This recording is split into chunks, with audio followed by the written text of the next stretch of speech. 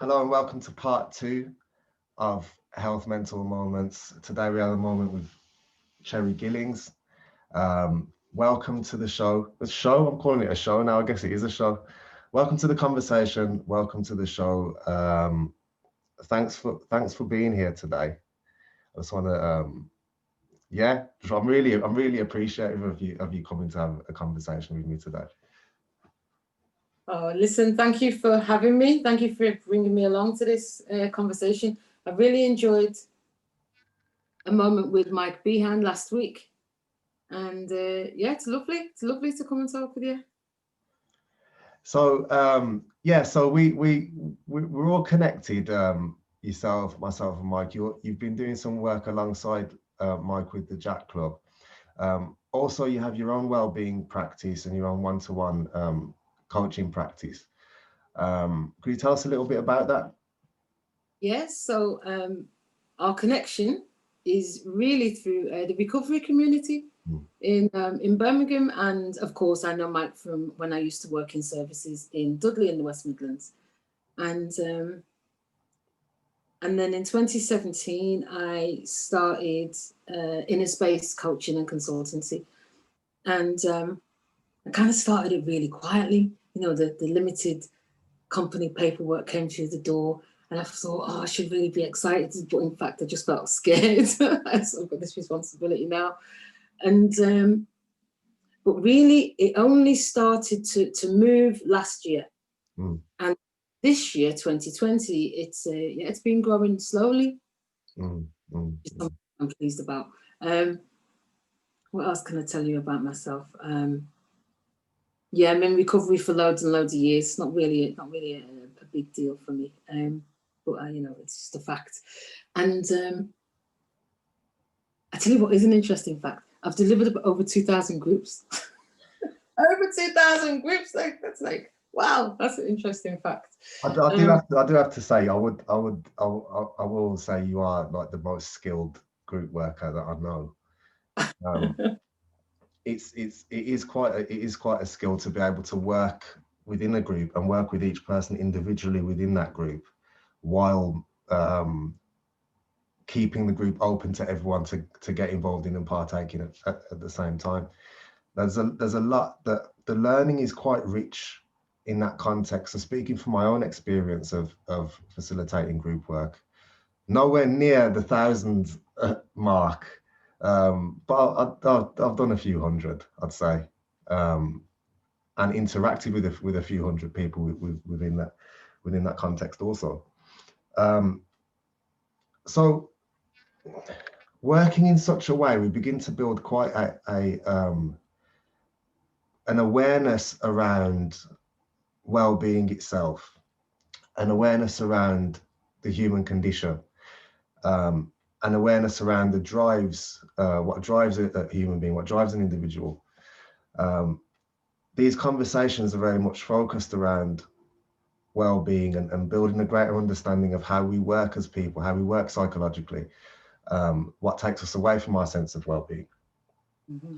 Now, last week, in the video with Mike, as your name came up, like Cheri's famous metaphor, he's getting a little bit famous within certain circles now, that the sun shines on the inside always. It's a very rich substrate for to build in a reflection upon. Metaphor in itself is that might be another conversation altogether, I'm not sure. However, I'd just like you to say a little bit about that.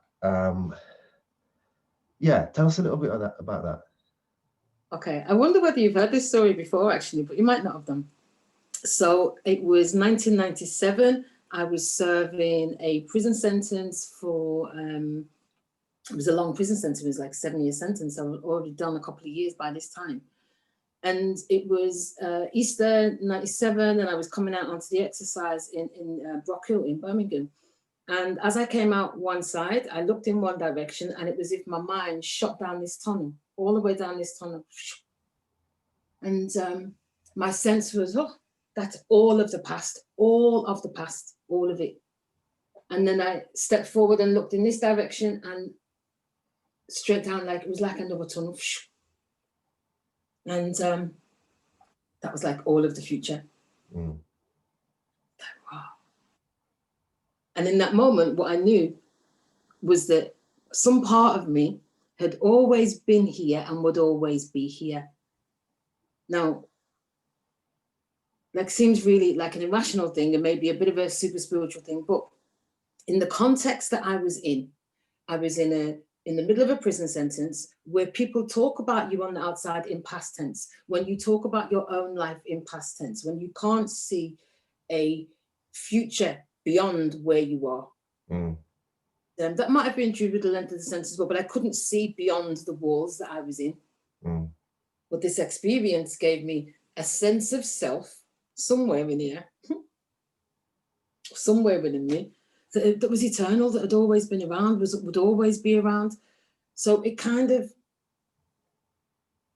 it shifted my perspective of my experience, you know, like instead of the walls being finite and this sentence not ending, there was something unending and unbeginning, just something of that.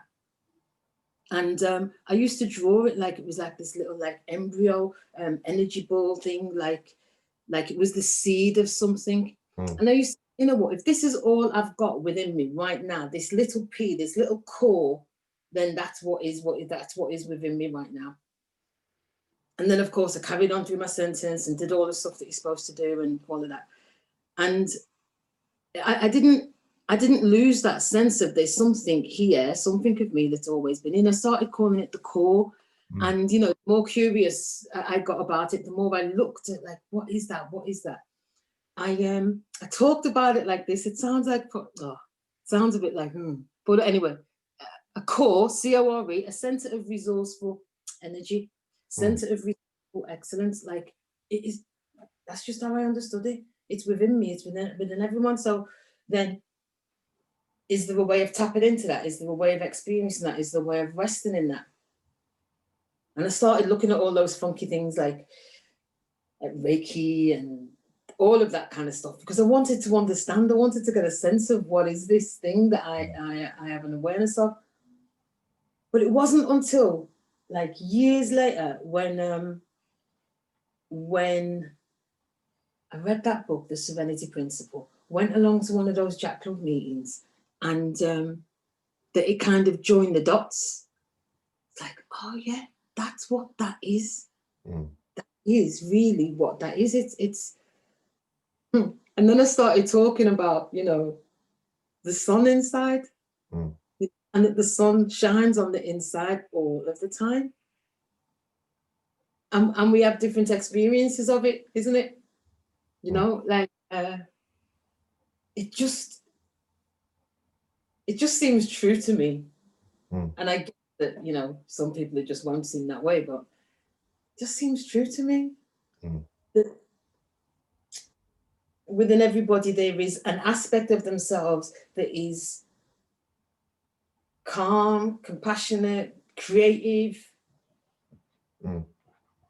clear, you know, and that all of the other ways in which we can show up have a relational quality with that. And what we tend to do is to overplay whichever one of those characteristics is kind of around at the time. And that overshadows the self. You know, we get lost, the sun gets covered behind the cloud of what have you. And it's like, you know, we say that, right? It's not as if the cloud covering the sun isn't without impact. When the clouds cover the sun, it's cold. The light changes.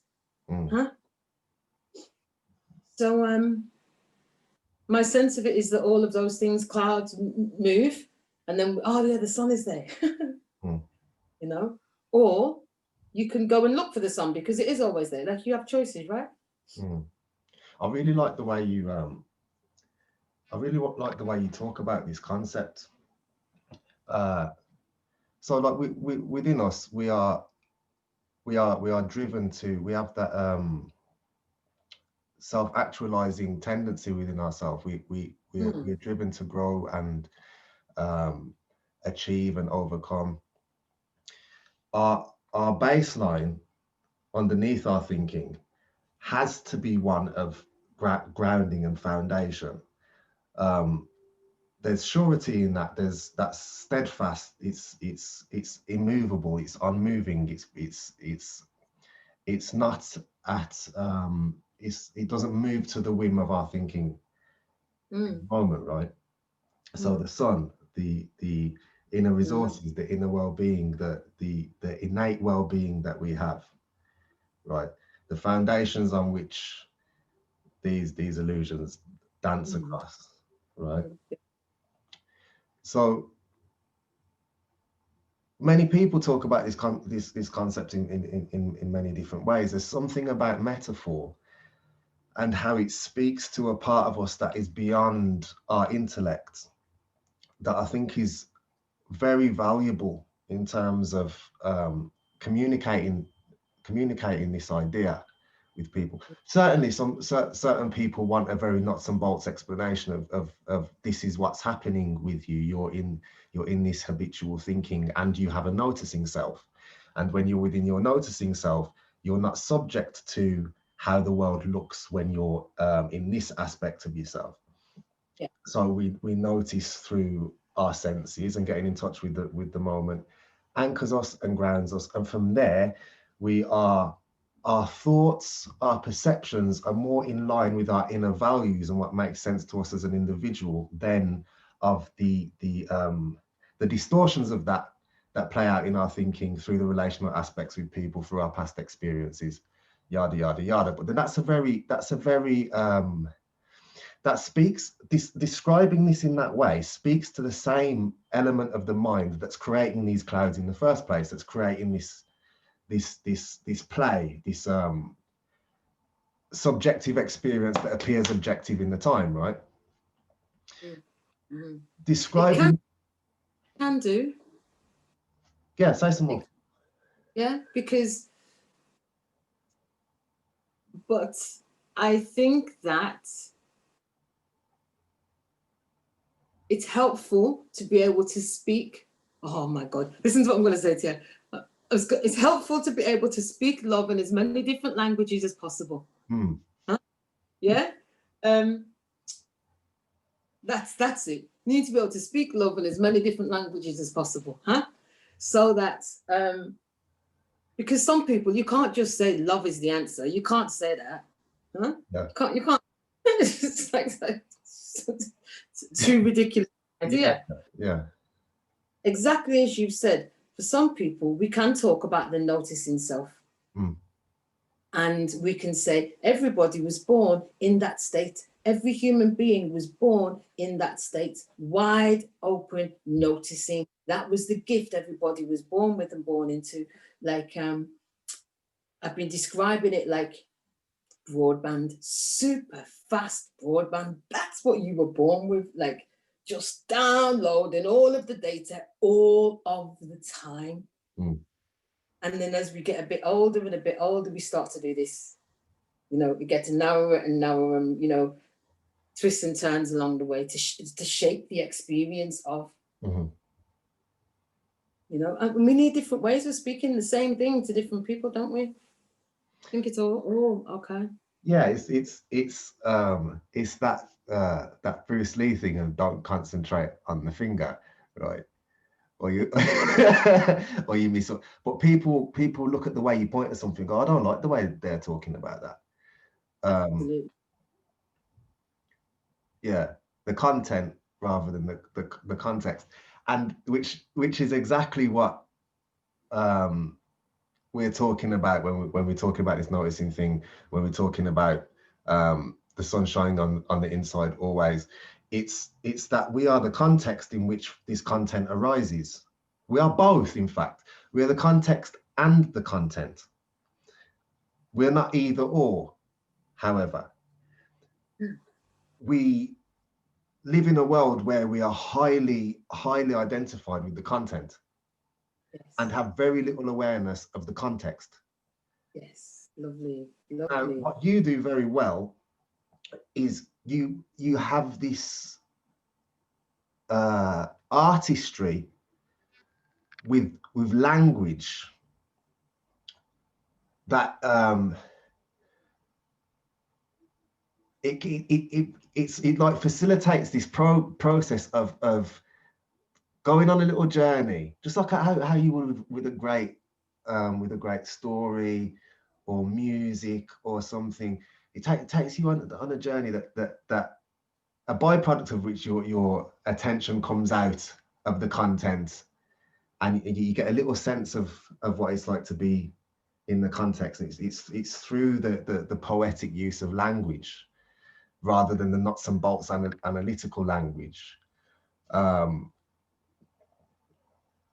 So yeah, the sun shines on the inside always. So you spoke earlier about when the clouds cover the sun, it's cold. We experience a drop in temperature. That's a real and valid experience, right? So yeah, tell us a little bit about. I'm trying to stop myself running away with it, right? So tell us a little bit about that, and what does that point to for you? So for me, the discovery in that is that if it's cold right now, it's cold right now. If it's raining right now, it's raining right now. Like, it's not for me to get into the trying to change the weather. Yeah, you've probably heard this anyway. Like, people say there's no such thing as bad weather, only bad clothing, right? So if it's stormy, you know, if there's a storm raging, then there's a signal, if you like, to slow down, not to start getting busy trying to stop the storm. Now, if you understand that the sun shines on the inside always, then you know that the conditions of weather are created and they'll pass on. And you don't, what I don't have to do is to try and force them to move on. Like, what I've learned to do is to slow down and be kind to myself in that moment, or to be nurturing or nourishing, or, you know, to reach out and talk to a friend, whatever it might be, is like, oh, so the weather's shit, dress appropriately. You know, that. It leads me back again to something that came up, I'm pretty sure in the conversation with Mike, of the difference between pain and suffering. In that we experience painful experiences. There are grey clouds, there are thunderous clouds, deafening thundering clouds.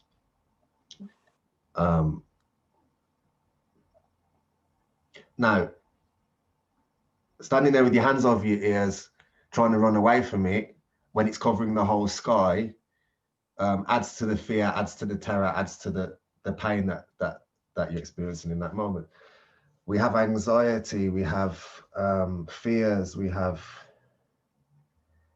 normal everyday human experiences that we, in certain contexts, we pay for. So if I went to a cinema to watch a horror film and I wasn't absolutely terrified out of my mind, I'd have bad things to say about that film. Now, in a different context, that exact same experience, right? I'm traumatized. I need to speak to somebody about it. Right? Absolutely. How it's showing up in my body is exactly the same. But I've got a different relationship to the experience based upon how I'm labeling it at the time. Absolutely. So the resistance to our internal weather is one of the main issues that I see in people experiencing a lack of well-being or a lack of mental health, or decline in mental health. In my own experience also, when I've been able to have a word with myself, when I feel a panic attack coming on, and just allow myself to what I'd label as a panic attack, right? At the time, panic attack's a scary word, right? And it's going to show up differently to me once I label it as that. when I experience a sickly feeling in my stomach, and my hands feel a bit trembly, and my breathing rate increases, and my heart rate increases, which I'd love to feel if I was on a roller coaster. Yes, context. Yeah. And I allow myself to be with that. And in fact, more than allow myself to be with that, I get curious about it. I know what I'm feeling right now, without the labels of, oh, this is whatever. Yeah. Yes. It runs its course. And I find myself back in that, in my default state of groundedness again. Yes. And when I do the opposite of that and do my best to fight it away and stop myself experience this, it tends to turn into something that I'm suffering. And if I do that for an extended period of time, I get quite ill. Yeah. Still, I can still do that because I can still forget. I still forget. Yeah, right? yeah, of course. I think that's why it's helpful to have these conversations and to talk about these things, because we generally don't allow ourselves space.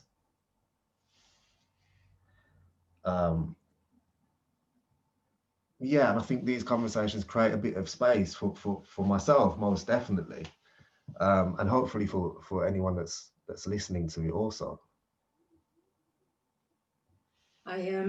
I'm reminded of what is particularly important to me about knowing, or you know, this kind of metaphor of the sun shining on the inside always, is that what it affords is the opportunity for acceptance of whatever the conditions are. Mm. Mostly, that's what I try to do. That's what I try and be with. So if the weather's good, the weather's good. If the weather's not good, the weather's not good. I think exactly the difference between pain and suffering is acceptance or resistance. You know, even to the point of, in the resistance of the feeling, what people will do is look to fix. And then, you know, it's not the feeling that kills anybody, it's the fix. It's always the fix. Mm-hmm. You know, we were talking about this on Jack Club last week, and, you know, worst case scenario, fixing, we were talking about the basement, you know, this metaphor of the basement of consciousness, and explain it for the people that are listening that may not be familiar with it, please. Okay, so there's a metaphor that come about in this inside out understanding that talks about our level of consciousness being similar to an elevator, and that in the basement of our consciousness, you know, when we're in a low level kind of consciousness or low level mood, that the world can look pretty grim and pretty dark and pretty down, and that in a higher level of experiencing things like peace and joy and love and clarity and compassion and what have you. Mm. And so that metaphor does have some validity within it, without a doubt. What I was saying last week in Jack Club was that the risk is that people then think they have to avoid the basement. Yeah. Or they find themselves in the basement or low mood, low experience, clouds covering the sun, and they think, yikes, I've got to get out of here. Mm-hmm. And what I was saying is, at its extreme, I've got to get out of here. It looks like I'm jumping off a motorway bridge. Mm. Yeah? Mm. And at its mild end, I'm opening the fridge and eating another piece of chocolate. Mm. Yeah? Because the basement is, you know, it's become intolerable to me. You know, certain feelings that I've attributed, you know, meaning to, that are kind of, that make them, you know, intolerable, unlikable, uncomfortable, unworthy. You know, I must avoid those at all costs. And we see it in it everywhere right now, because it mainly seems to be brought about by the response to the lockdown. So people are eating more, drinking more, you know, all that kind of stuff, suffering a lot with their mental health. Wow, unnecessarily as well. To think about it, oh, this is so unnecessary, because if your sad feeling was tolerable for you, if your lonely feeling was tolerable, it wouldn't need fixing. Well, you described a few moments ago one way in which we can allow ourselves to experience the feeling Mm. So, you know, I teach people about finding the feeling in their body. Where is it? You know, in their kind of awareness of themselves, where is that feeling of gratitude? Mm. Or where is the feeling of joy? Or where is the feeling of sadness? Where is that in the body? Just sense it and look to describe the sensation of it. Mm. Um, so one of the other metaphors that I've got is that, like, icicles don't look like what they're made of, huh? Mm. And neither do our feelings, huh? Icicles begin to look like what they're made of when the heat of the sun Mm. is on, huh? They start to melt. Mm. And so our feelings, when you put the light, the warmth of your attention on them, they start to dissolve back into whatever they were before. Mm. Now it takes some time, sometimes, but it takes as long as it takes. Just put your attention, put your awareness to sensations, Mm. which is not the labeling, it's the sensing. So you're here and now with it. And what I notice is that it dissipates. Or sometimes it's like, wow, it's still here. Mm. It's not gone anywhere. So then, you know, sometimes I might ask a different question. Well, why are you here? What are you here? What are you here for? Mm. Is there something you've come to show me, something that you've come to give me? My assumption that, okay, there's some gift in it that you know, it's still here, so there must be a reason for it to still be here, Mm. you know? There's that quote of you can't solve a problem with the same level of thinking that created it, or something along the lines. It's attributed to Albert Einstein. I don't know how true that is. Mm. Um, Essentially, the work of a well-being coach, if we want to use that term, with an inside out understanding, is to bring people to their senses, right? Mm. Walk with people to their senses, and to direct those senses and that attention to their experience and nothing else, really. Mm. There may be other things along the way, and how we do that might look different. There is the result of doing whatever pointing has been done is, for a moment at least, the person no longer is afraid of what they're experiencing, for a moment at least. And in that moment, their experience can change as a byproduct of that. And what appeared to be this big scary monster is actually something that might need a little bit of loving attention placed upon it, or maybe just a bit of non-judgmental attention placed upon Absolutely. it. Now, there's a lot of difference between this and traditional counselling, or traditional psychological interventions, where we're up in the content again. We're up in dissecting the content and past experiences and all the things that have contributed to this level of thinking and these self-beliefs and the beliefs about the world, and what we view as possible and how we relate to other people, and et cetera, et cetera, et cetera. Mm-hmm. Well, with this understanding, we see it's yes, that is there, and it's the bits of that we find sticky and we resist that cause the most problems that we experience.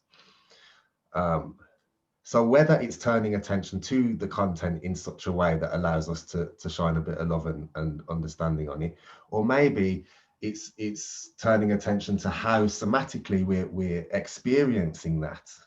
I don't know why I did that. I was doing some kung fu stuff with my hands there, how it's showing up in our body. We're talking about that. It's an energetic thing. It's not a heady thing. You chopped up a little bit there, Cheri. It's an energetic thing. It's not a... Oh, it's not a head. It's not a head work. We can't think our way out of it. We can't cerebrally understand our way out of it either. Although we thought our way into it. Yes, and more than that, we acted our way into it. We Okay. behaved Mhm. to it. Yeah. Mhm. So starting on this broadband, all things are possible. All things are possible. This is everyone's born with the same all things are possible, huh? Mhm. That comes narrower and narrower and narrower. And it's shaped by all kinds of internal and external conditions that Mhm. we don't deny the impact of those. But what that does is narrow the bandwidth that we think we can play in. Mhm. Mhm. So we play in this small bandwidth and sometimes even smaller bandwidths within that. Mhm. Hmm? You know? Yeah, So then, carry so on. then when you talk about the things that shape us, definitely have they haven't just we haven't just thought our way into them. It's like we've thought and acted and felt and thought and Mm. felt and acted. You know, when we speak about feelings and emotions as weather patterns as well, um, it may be more easier to see what kind of mood people live in most of the time. Mhm. And it's often easier to see it with people that you know. Mhm. So everybody's got a grumpy old uncle, yeah, or a bitter old auntie, or Mhm. somebody in their family who they know, like they live in this particular mood almost all of the time. And you can pretty much guarantee whenever you see them, this is the mood that this person is going to be in, right? Because that's their habitual mood. So for the things that you said, our upbringing, our way of thinking, our habits of behavior, they've shaped that. They've shaped that. And we can, and therapeutically, lots of interventions will go into the work from those angles, you know. And what you're saying is this inside out understanding that this is something else. Mhm. Um, yeah, I had this conversation the other day where for me it looks like those interventions when they work because the way the mind works is that thought is directly created feeling, you know. It's like you get a new perspective on your experience, you get a new insight on your experience. Like Mhm. all of the therapeutic models are inviting that, aren't they? Yeah, most You know. definitely. It's just it's we're looking at it from a slightly different perspective. Well, uh, I find language a little bit limiting at times. Mm. Um, so yeah, most definitely we are thinking, feeling things that do. Um, from my background, everything's a behavior, right? The thinking's a behavior. Yes. Uh, it's and you've seen this as well. So what people will do is a lot of people will do when you're talking about the basement earlier and avoidance of unwanted experience and stuff. People will take this concept. So there's the experiential learning of when I allow myself to be in whatever state I'm in anyway, which is the funny thing is you're there anyway, Mm. right? So just let Mm. yourself be there, let yourself 100% be there and let yourself be present with it. Mm-hmm. Right? Be there anyway. When I allow myself to be there anyway, we experientially learn that, okay, maybe I don't have to be so afraid. Maybe the alarm bells don't have to ring immediately when this stuff goes up. Maybe my body doesn't have to go into fight or flight mode. Maybe, you know, there's another option. Then we see people using it as a means to escape also, or as a mean or as a means to minimize and discount what they're feeling. So you can see somebody extremely upset. Oh, it's just my thinking. Oh, it's nothing. This like so the term spiritual bypassing, or people floating on a cloud. Yeah. I am fine and nothing will ever touch me because I have this awareness of where my experience is coming from. Um, which, like any form of repression, eventually that beach ball that you're holding under the water is going to want to pop up again. It's going to want to pop up all the time. Eventually it will. It'll probably hit you in the face with the amount of force that he comes out, out of the water with. And we see that too. So it's important for me to communicate that our intention here is, this is not another method of avoidance dressed up as something else. This isn't another fix dressed up as something else, dressed up in a practical, pragmatic way, or dressed up in a spiritual way, or dressed up in a nuts and bolts way, or dressed up in a metaphorical way. We're not pointing to this to help you escape your humanity any further than what you've been trying to do so already. Pointing at this to help people embrace their humanity and live.